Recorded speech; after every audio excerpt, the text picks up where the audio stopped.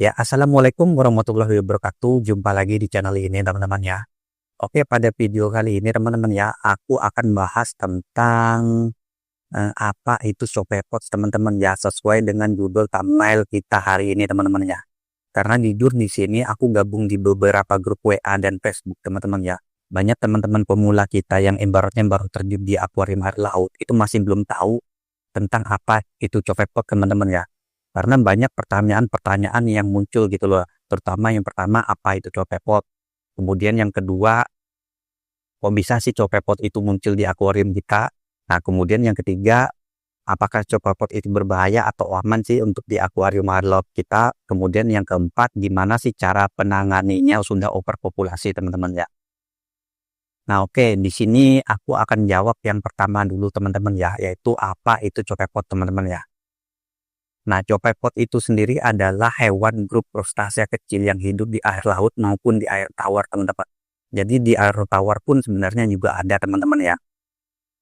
Nah, kemudian kalian mungkin bertanya-tanya lagi nih, crustacea itu apa sih, Bang? Nah, crustacea itu adalah hewan bercangkang, teman-teman ya, di mana copepot ini bisa dibilang itu sepupuan lah sama yang namanya itu udang-udangan, lobster maupun kepiting, teman-teman ya. Cuman mungkin perbedaannya ada pada ukurannya yang kecil-kecil, teman-teman ya, untuk copepot ini. Nah, mungkin kalau kalian pernah nonton film SpongeBob ya, yang di situ ada nama karakter yang namanya plankton yang hijau kecil itu. Nah, itu sebenarnya di dunia nyatanya itu sebenarnya memerankan copepot, teman-teman ya. Nah, kurang lebih seperti itu, teman-teman ya. Dan untuk di dunia nyata, kok copepot itu kalau dilihat dari mikroskop itu kurang lebih seperti ini, teman-teman ya. Nah, ini jika dilihat melalui mikroskop, teman-teman ya. Nah, jika kita lihat menggunakan mata telanjang atau secara kasat mata ya, copepot ini seperti kutu air kecil-kecil ya, yang warna putih, yang biasanya paling sering kita lihat itu di kaca kita, teman-teman ya. Itu paling sering, teman-teman. Nah, jadi kurang lebih copepot itu seperti itu, teman-teman ya. Kemudian pertanyaan kedua yang paling sering ditanyakan itu adalah bagaimana sih copepot itu muncul di akuarium kita. Nah, perlu aku tekankan, teman-teman ya, di sini ya.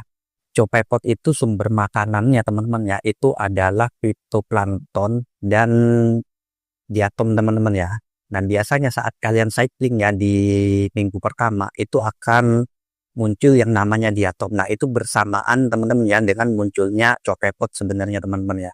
Cuman dia mungkin bentuknya, ukurannya itu masih kecil-kecil banget, jadi nggak terlalu kelihatan kalau kita lihat dengan mata telanjang, teman-teman ya. Tapi kalau kalian perhatikan secara teliti ya, itu debu yang nempel di kaca akuarium kalian itu, kalau kalian perhatikan, kalau itu bergerak berarti itu copepot, teman-teman.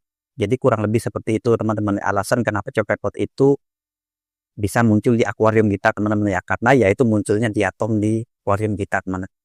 Biasanya itu saat proses cycling di minggu pertama, teman-teman ya. Kemudian di minggu kedua itu biasanya copepotnya itu sudah mulai agak besar-besar, jadi lebih mudah dilihat, teman-teman ya. Jadi kurang lebih seperti itu alasan kenapa copepot itu bisa muncul di akuarium kita. Nah, kemudian yang ketiga di sini adalah apakah copepot itu aman atau berbahaya? Sudah tentu aman, teman-teman ya. Karena ya sesuai dengan jawaban nomor 2 tadi, teman-teman ya. Copepot itu membantu mengurangi diatom di akuarium kita, teman-teman ya. Kemudian yang ketiga di sini adalah copepot ini menjadi makanan alami untuk ikan-ikan kita nanti, teman-teman ya. Jadi kurang lebih seperti itu, teman-teman ya. Nah, jadi kalau seumpamanya ada copepot banyak di akuarium kalian, kalian tidak perlu panik dan tidak perlu khawatir, teman-teman ya.